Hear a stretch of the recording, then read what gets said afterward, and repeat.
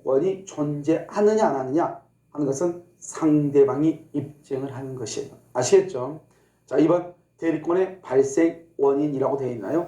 우리가 법정대는 고민할 필요가 없죠. 법정대는 법에 규정되어 있죠. 그러니까 그것은 뭐 시험에 나오지 않고요. 그 다음에 임의대리죠. 그러면 임의대리라는 것은 어떻게 한다? 임의대리는 수권행위. 이 수권행위라는 것은 권한을 수여하는 얘기를 하는 것을 얘기하는데, 이 임의대리권이 발생하는 것은 두 가지가 있죠. 하나는 단독행위 수권행위에 의해서 본인의 일방적 의사표시에 의해서 본인이 대리인이 될 사람한테 자신을 위해서 일을 좀 해달라고 권한을 소유하는 수권행위. 수권이라는 것은 권한을 소유한다 이 말이죠. 수권행위가 있고, 또는요 우리가 계약이죠. 계약. 위임장. 그래서 계약이라는 것은 먼저 본인이 대리인이 될 사람한테 나를 위해서 일을 해줄 수 있는지 물어보고 대리인이 그렇게 하겠다고 하죠. 그럼 이 두 사람 사이에 합의가 이루어지죠. 이것을 계약이라고 하고, 그때 보통 본인은 대리인한테 뭐를 준다? 위임장을 주죠. 증거서면으로 위임장. 그래서 이것을 위임 계약이라고 하는 것이죠. 우리가 계약은 뭐다? 원인이죠. 원인. 그래서 이것을 계약을 원인된 법률관계다 이렇게도 표현을 하는 거예요. 그래서 우리가 임의 대리인의 경우 권한을 소유받는 방법은 두 가지가 있다. 하나는 뭐다? 수권행위에 의해서. 하나는 뭐다? 위임계약, 위임장을 소유하게 되면 대리권을 소유받게 된다 이런 말이죠. 아시겠죠? 이렇게. 자, 임의 대리권의 범위라고 되어 있나요? 그러면 임의 대리권의 범위는 뭐냐? 먼저 이 범위 아니냐, 범위 바뀌냐 이 말이죠.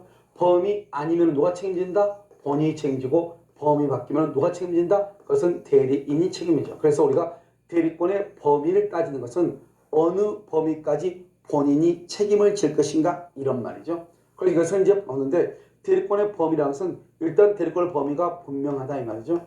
분명했을 때 대리권의 범위 아니냐 바뀌냐 이 말이죠.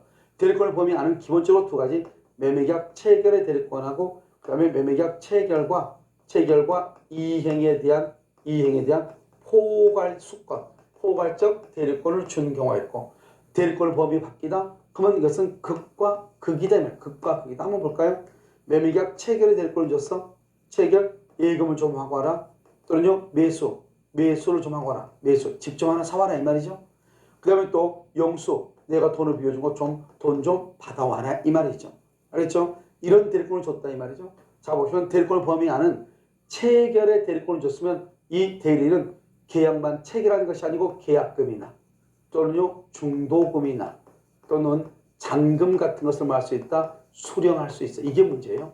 대리인이 중도금, 잔금까지도 수령할 수 있다니까요. 그러면 상대방이 계약을 하면 원칙적으로 중도금이나 잔금을 누구 통장으로 입금시켜줘야 돼? 원칙은 보통 법률효과가 본인에게 기소하기 때문에 본인의 통장에 입금을 시켜줘야 되는 거잖아요.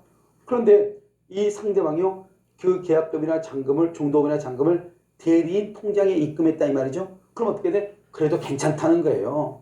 그건 대리권의 범위 아니라는 거예요. 그러면 대리인이요, 그 돈을 받아가지고 견물생심이라고 자기가 사용하고 싶죠. 그래가지고 수령해가지고 이것이 대리인 자신이나 제3자를 위해서 사용했다 이 말이죠. 그러면 이것은 어떻게 한다? 그것은 뭐다? 누가 책임진다? 그러면 이것은 본인이 책임져. 왜요?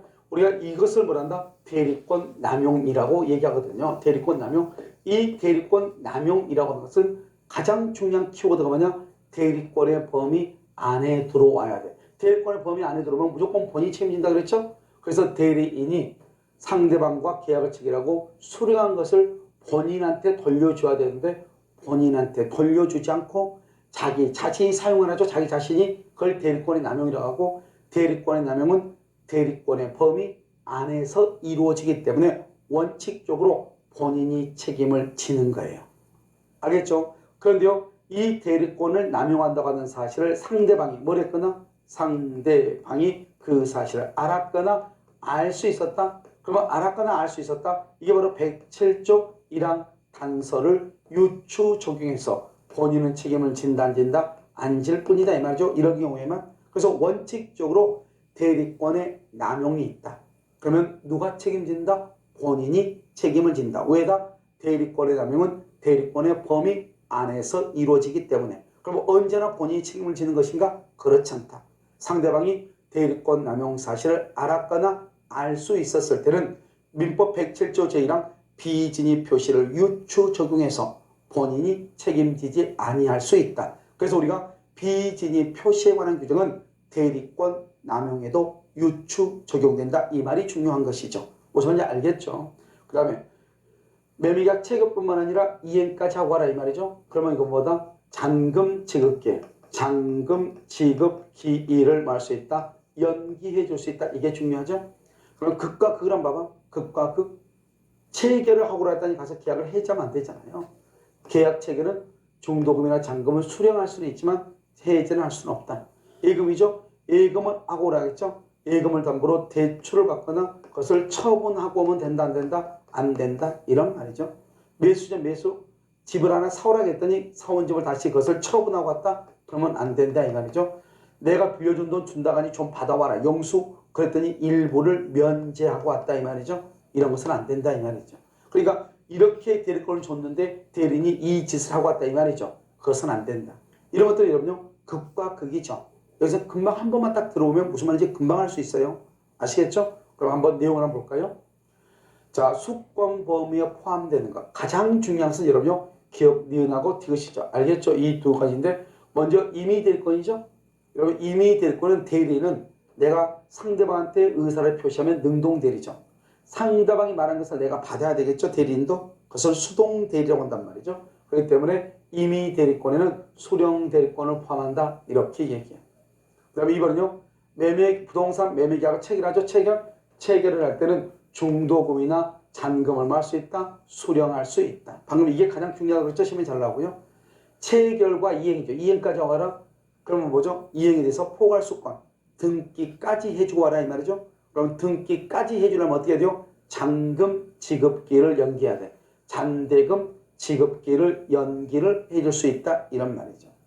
그 다음에 니을이죠. 부동산 처분에 관한 관련 서류라고 되어 있나요? 부동산 처분. 그래서 부동산 처분에 관한 관련 서류가 이렇게 있잖아요. 뭐죠? 우리가 보통 부동산 처분에 대해서 인감 또는 인감증명서, 등기필 정보 이런 것들을 주는 거잖아요. 위임장이요. 그것은 부동산 처분에 관하여 뭐를 준 것이다? 대리권을 준 것이다. 이 말이죠.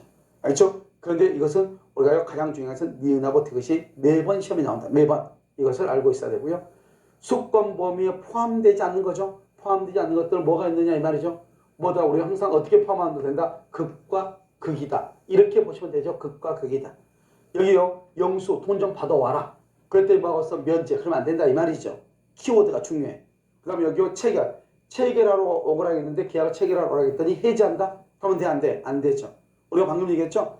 매매계약 체결의 대리권에는 중도금이나 잔금을 수령할 수는 있으나 뭐는 안 된다?